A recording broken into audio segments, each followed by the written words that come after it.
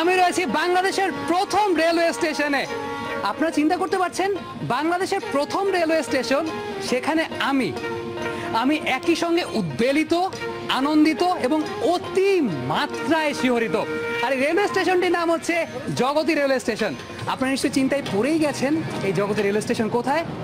আপনাদের প্রত্যেককে আমন্ত্রণ জানাচ্ছি বাংলাদেশের সাংস্কৃতিক রাজধানী কুষ্টিয়া থেকে।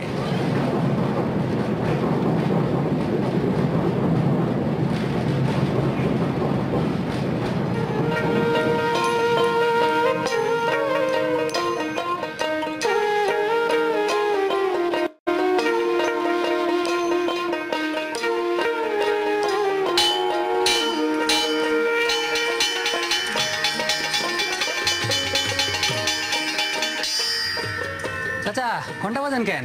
গাড়ি আসবে, ট্রেন আসবে। আচ্ছা চাচা, এইটা তো বাংলাদেশের প্রথম রেলওয়ে স্টেশন, তাই না? আচ্ছা, এটা কবে প্রতিষ্ঠা হয়েছে বলতে পারবেন?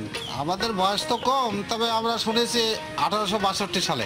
এই বিষয়টা একটু বলবেন যে কেমন লাগে আপনার কাছে যে প্রথম রেলওয়ে স্টেশন এটা, তার দায়িত্বে আপনি আছেন 35 বছর ধরে। গর্ববোধ হয়, কিন্তু যে জনবল নাই, জনবলের জন্য আমার স্টেশনটা অচল হয়ে যাচ্ছে। এখন আপনাকে যদি বলা হয় যে আপনার যে কোনো 3টা ইচ্ছা পূরণ করা হবে, এখন আপনি কোন 3টে ইচ্ছা পূরণ করতে চাবেন? একটা ইচ্ছা হলে পরে আবার 3টে ইচ্ছা পূরণ হবে, কারণ স্টেশনটা যদি আবার জাঁকজমক হয়, এর থেকেই দেখা যাচ্ছে আমাদের আয় উন্নতি হলে দেশের জন্য ভালো হবে, এলাকার জন্য সৌন্দর্য হবে, আমার জন্য সুবিধা হবে। আপনাকে অসংখ্য ধন্যবাদ চাচা, দোয়া রাখবেন আমার জন্য। যেহেতু জগতী রেলওয়ে স্টেশনটা দেশের প্রথম রেলওয়ে স্টেশন, সুতরাং কুষ্টিয়ার সঙ্গে ভারতের যে কোনো অর্থনৈতিক কর্মকাণ্ডের জন্য যোগাযোগের প্রধান মাধ্যম ছিল এই রেলওয়ে স্টেশনটা। যেহেতু কমিউনিকেশন ব্যবস্থাটা খুব ভালো, তাই ভারতের একজন প্রখ্যাত সুতা ব্যবসায়ী মোহিনী মোহন, তিনি যেটা চিন্তা করলেন যে এখানে একটি মিল করলে কেমন হয়, এবং সেই চিন্তা থেকে তিনি এখানে একটি মিল করেছেন যার নাম হচ্ছে মোহিনী মিল। আমি এখান থেকে সোজা চলে যাচ্ছি সেই মোহিনী মিলে।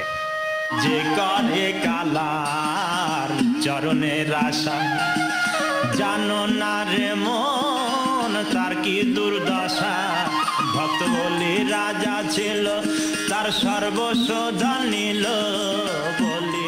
এই হচ্ছে সেই ঐতিহাসিক মোহিনী মিল, যাকে একসময় বলা হতো পুরো দক্ষিণাঞ্চলের অর্থনৈতিক চালিকা শক্তি। মিলটি প্রতিষ্ঠা করা হয়েছিল 1908 সালে, এবং মোহিনীবাবু যা করেছিলেন তা হচ্ছে সুদূর ইংল্যান্ড থেকে 200টি হ্যান্ডলুম মেশিন নিয়ে এসেছিলেন এবং 200টি তাঁতের মেশিনও নিয়ে এসেছিলেন। প্রচুর শ্রমিক এখানে কাজ করত। তবে 47-এর দেশ বিভাগের পর থেকে যা হয়েছিল তা হচ্ছে পাকিস্তান সরকারের একটা সাম্প্রদায়িক থাবা পড়েছিল এই মিলের উপর।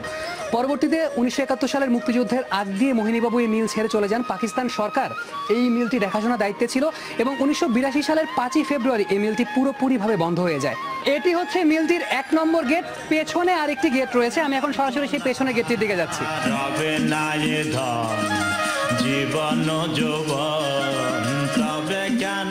তখন খুব অবস্থা কাহিল ছিল, মিল বন্ধ, চাকরি নাই, বাকরি নাই, খাবো কি? তখন দাদার মতন বাইরে যায় মানুষ কাজ কাম করতে লাগলো। আপনি কাজ করছেন এই মিলে? আচ্ছা, আপনি যখন এই মিলে কাজ করতেন তখনকার সময় পরিস্থিতিটা কেমন ছিল এই মিলের? তখন ভালো ছিল, মিলটা বন্ধ হয়ে যায় খুব কষ্ট।